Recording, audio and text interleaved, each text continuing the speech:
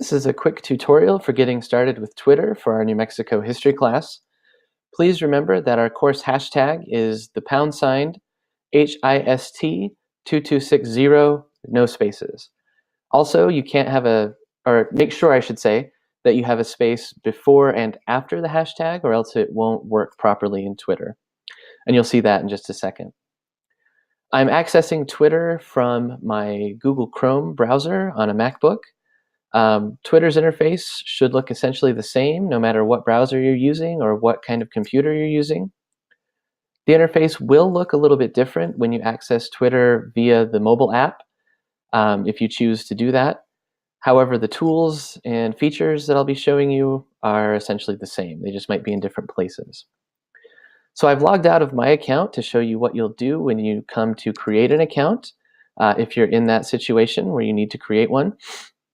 You can browse through any of this that you'd like, but this is essentially just showing you what's Twitter, what are some people tweeting about right now. To sign up, you use this button here at the top right-hand side of the page. So I'll click that. Then you just put in your name, an email address, and a password. You can unclick that box if you don't want Twitter to use your information from browsing the web to provide, to stalk you essentially and provide you with things that you might be interested in. And then you go ahead and click sign up. There are a few other steps that you complete, but you'll be walked through each one as you go. I'm not going to go through all of that just because I already have an account. So I'm going to go here to this have an account, log in. My information is already there in my browser. When you first log into Twitter, you will see in your feed right here tweets from everyone that you're following. For the purposes of class, you don't have to follow anyone. Twitter will try to get you to follow tons and tons of people when you sign up. You can skip that. I've seen that it's possible to do that. So you can follow me if you'd like. My Twitter handle is @CNMBrandon. You don't have to follow me, however.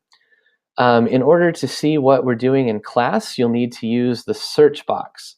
So in the web version, it's this box up here at the top right, or it will be a magnifying glass icon in the mobile devices. So what you'll do to search for our course hashtag, and that's the reason that you need to type this hashtag in every tweet that you post for class, is so that people can find it. You type #HIST2260, no spaces, and either click the search glass or hit enter. When the hashtag search first comes up, it will show you the top tweets. I honestly don't understand what makes something a top tweet, so you can click latest, and you should click latest to see the most recent tweets. So Riley from our class has already posted a tweet. She's ahead of the game. And then you'll just be able to go backwards from most recent to older and look at what others have posted. I use this same hashtag for my New Mexico history classes each semester. So you can look at some of the things that people did in the fall as you scroll below. Let's see. So that's just how to find the course hashtag search. This is how you can look through and see, again, what other people have posted so that you can reply to them. Remember that for units 2 through 6, you will have to post 15 total tweets. 10 of those will just be your comments on the readings and videos. Try to be as specific as you possibly can, given the short length constrictions of Twitter. And then you will need to do 5 replies to others. So in order to reply to someone else, you click this little reply arrow. Just to show you what else is there, this is a retweet button. So if you want to retweet what someone else said, that's essentially just saying, I really liked this, I also want to share it. You can go ahead and do that. And then this is the like button. So I already liked Riley's tweet. For the purposes of class, when I like your what you've posted on Twitter, that's more or less just to show you that I've seen it. That's my way of saying I've seen this and I've recorded it. So I will end up liking all of your tweets, essentially, that you post for class. These 3 dots will give you more options if you need to copy the link to the tweet or anything like that. But again, just to reply, you click the reply button. Please leave the other person's Twitter handle there so that they will be able to see that you've replied to them. And then you will type reply here, and then you'll type the course hashtag, and you'll notice that the course hashtag appeared blue. That's because it will become a hyperlink once you hit tweet. I'm not going to do that because I don't want to respond to Riley with this, but you get the idea of how that works. In order to post your own tweet, you use this button here at the top right. Sometimes it doesn't say tweet in the mobile version, it just has the blue image of a quill and paper there. So here is an example tweet for, and then it already has the course hashtag in there because I tweeted from the course hashtag search page.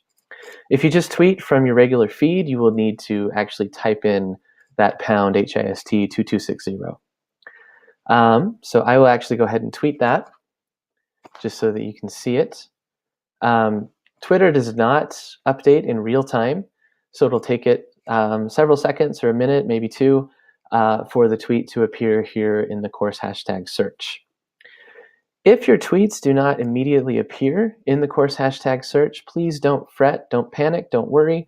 That's just the way Twitter works. When you first create an account, it doesn't let your posts appear in these searches until you've sort of established a presence on Twitter. And I think that's Twitter's way of trying to cut down on spam accounts. But again, if you posted and you've typed the course hashtag correctly, you have nothing to worry about, even if your tweets don't appear initially there. What you should do is just mention me in a tweet at CNN Brandon, so that I can start to interact with you. You can just say, hi, I'm here for History 2260, and type at CNN Brandon in the tweet. And then I will be able to see what you've done, and I will be able to find all of your work, even if your tweets are not initially appearing in the hashtag search.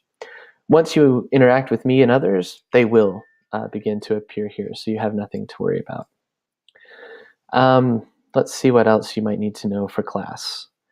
And so again, there's the course hashtag search. I just clicked on it, it'll take you back here. Remember to always click latest.